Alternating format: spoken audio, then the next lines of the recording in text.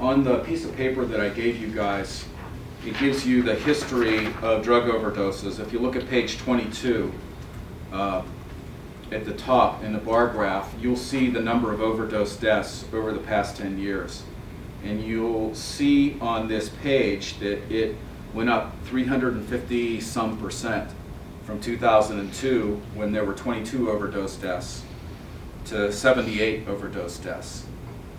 That's not even the worst news. The worst news is that in January and February, and partly into March, we were at a rate of having somewhere between 130 and 140 overdose deaths in 2013. It just blew into the stratosphere, the number, and I began dedicating a lot of my time into trying to get the system to work together to try to deal with these issues. I began working a lot closer with the Drug and Alcohol Commission, and just began to touch base with a lot of the providers in the community to try to get our arms around what's going on in Westmoreland County. And I wanted to talk with you a little bit about it to help give you a better understanding, number one, just as citizens of the county, but number two, as maybe current or present folks that are working out there in human services, some idea about what's going on. Well, what's going on in Westmoreland County really isn't any different than what's going on in this particular region. And when I say this particular region, I'm talking about Pennsylvania, Ohio, West Virginia, and Kentucky. The Center for Disease Control identified the worst states in the country, and they picked out the 12 worst, and those 4 states are in the top 12. Pennsylvania is tied for 11 in terms of overdose deaths up to the year of, I think it was 2008 that data was taken. And that's old data, and it's gotten worse since then. West Virginia is the 2nd worst state in the country. I think they have something like 27 deaths per 1,000 people in the state. Ohio is somewhere around 9th or 10th, and Kentucky is a little worse than that. This particular region, in terms of states that are contiguous, is the worst in the country. And Western Pennsylvania is one of the worst regions too. One of the things that is really frustrating for me to try to get some perspective on this is that not all the data, particularly in Western Pennsylvania, is accurate. I suspect it's not accurate other places. There's some corners who don't present the overdose death rates. They don't keep the statistics on it to protect the people that die for insurance purposes, and also because of protecting the families who elect them into office. Westmoreland County, and I look at Westmoreland County as truly being blessed in having a coroner like Kenny Baca, who I really never knew before I came to the county, but who I've come to have a lot of respect for because of how professional he is and because of how he aggregates data on a lot of different things. And that's where this came from, is from his office, this report.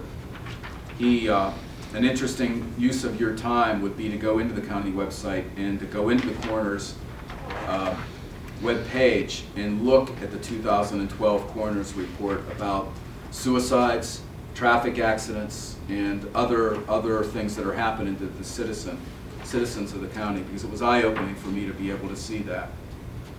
So it's not just a Westmoreland County problem. It's not just a Western Pennsylvania problem. It's a regional and national problem.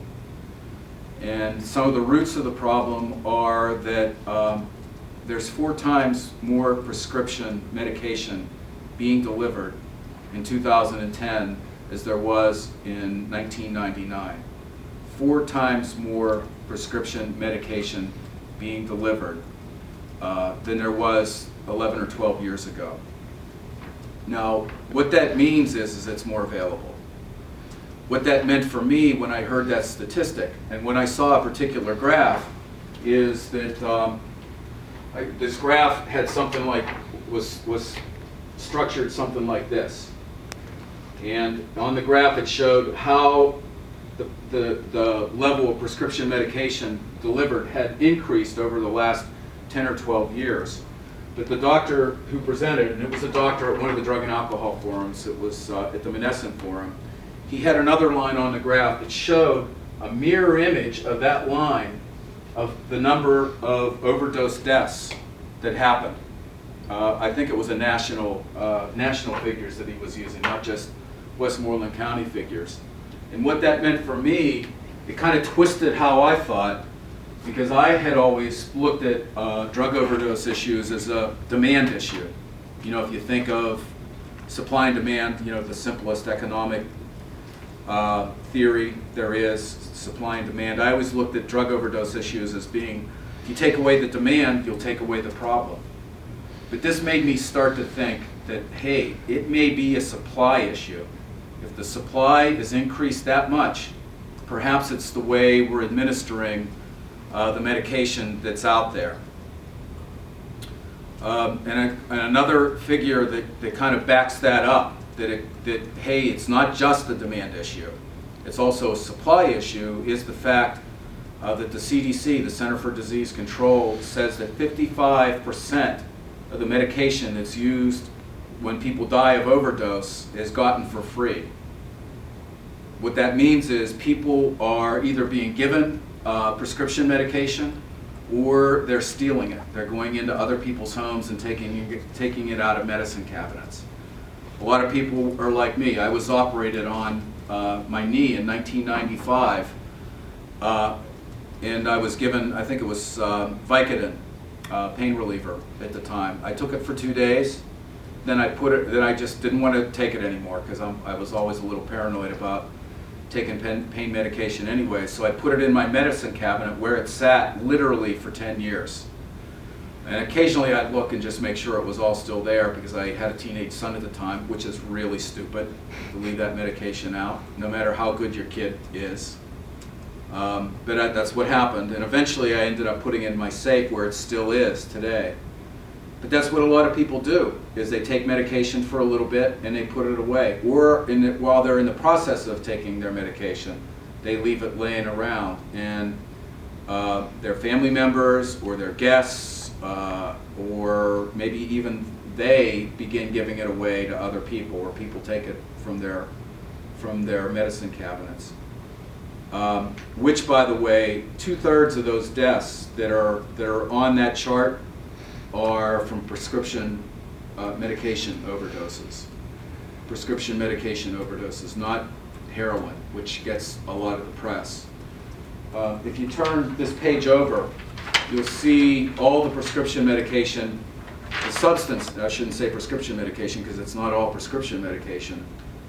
They're substances that were found in the victims of the people that died in 2012. And you'll notice heroin, I think, is 27. That's roughly 33% of the deaths of the people that died in Westmoreland County. But you'll see all the other medication that was in their system, and the people that are dying aren't just dying from taking an overdose of, necessarily taking an overdose of one prescription medication. What they do is they mix them up, and the synergy that happens chemically with the medication being mixed up is what kills people, along with the mixture of alcohol, probably, in the system. Though I don't think alcohol is, by the time the autopsies are done, I'm not sure if alcohol shows up in their system still during the autopsy. That's my assumption of why that's not listed on here. But people were dying from overdose of prescription medication, most likely the mixture of a number of different prescription medications, or the mixture of heroin and prescription medications. Yes? The marijuana, Yeah. How does someone OD on that? Does it just mean it was bad? Well, it doesn't necessarily mean they OD'd on it. It means that it was found in their system. It was present. Oh, so that might not have been what killed him. It may not be what killed them. I hear all the time right now about how dangerous the marijuana is right now. It's not the marijuana that was out there on the streets even 10 years ago. It's extremely more potent and more expensive. Which is also part of what's helping contribute to the problem is kids, adults aren't using marijuana like they used to because it's just too cost prohibitive, too expensive. And at the same time that other drugs have gone up in price or have become more rare, heroin's become more common and cheaper. Stamp bags of heroin, which I think is just one hit for somebody who uses it, cost anywhere between $8 and $10 for a hit. Compared to marijuana, which is $500 an ounce, I hear, compared to Oxycontin, or oxycodone, which you've probably heard a lot about. There's been a lot of crime in the last, reported in the last 24 hours, particular the Oxycontin. I mean, it's all the time in the news, not just in the last 24 hours. But Oxycontin costs about $1 a milligram, and usually they're administered in 30 milligram tablets. So, and that's one hit usually. So addicts, if they can't afford $30 or more a hit of Oxycontin, they can buy a stamp bag for $8 or $10. And of course that gets them into trouble even quicker. So I wanted to call your attention to this and a couple of other, besides the points that I made about it. I also want to call attention to the fact that it's not kids that are dying. If you see the chart on page 22 at the bottom, it has age and gender described. The male columns are on the left and the female columns are on the right. So it's predominantly males that are dying, except in the 51 to 60 age group. It's pretty even. But that's not the most telling fact of this chart. It's the ages of the people that are dying. Over 60% of the people that are dying are 41 years of age and older, and over 77% of the people that are dying are age 31 years of age or older. It's not the teenagers that are dying. You'll see that only 2 died in 2012. Only 2 died in 2011, and those are the only 2 years I've looked at so far. As a matter of fact, the ages in 2011 are very similar to the ages of 2012. The vast majority, I'm sorry? Just Westmoreland County? This is just Westmoreland County, just in our county. I have no reason to believe it's much different anywhere else. I know Indiana had quite a few IEP students and stuff. Yeah, younger, in their late teens or 20s. The teens and younger people tend to get the headlines, but the vast majority, at least in this county, of people that are dying are older folks. So Westmoreland County's formed a task force. I'm the co-chair of it, along with Colleen Hughes, who's the executive director of the Westmoreland County Drug and Alcohol Commission, to try to find some solutions to the problem. And this is just brand new, so we really haven't gotten it off the ground. The first thing we're going to do is to do, one person described it yesterday that we began talking with about this, as a psychological autopsy, to look backwards at some of the cases of the older folks, to try to find out what was going on with them, so we can find maybe some of the problems in the system, or what's creating this happening with the people in the county. And then we'll have that information when we actually get the whole task force together.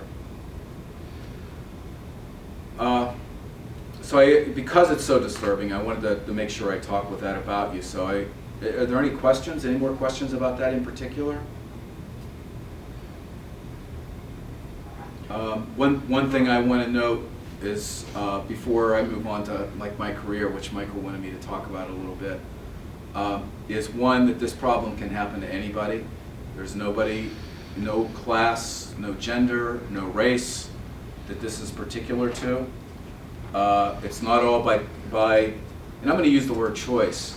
Some of it is, a lot of it is, but there's a lot of people that get in car accidents or have sports injuries and begin being prescribed pain medication, become addicted, and begin seeking their own pain relief, their own medication in other ways, including with heroin.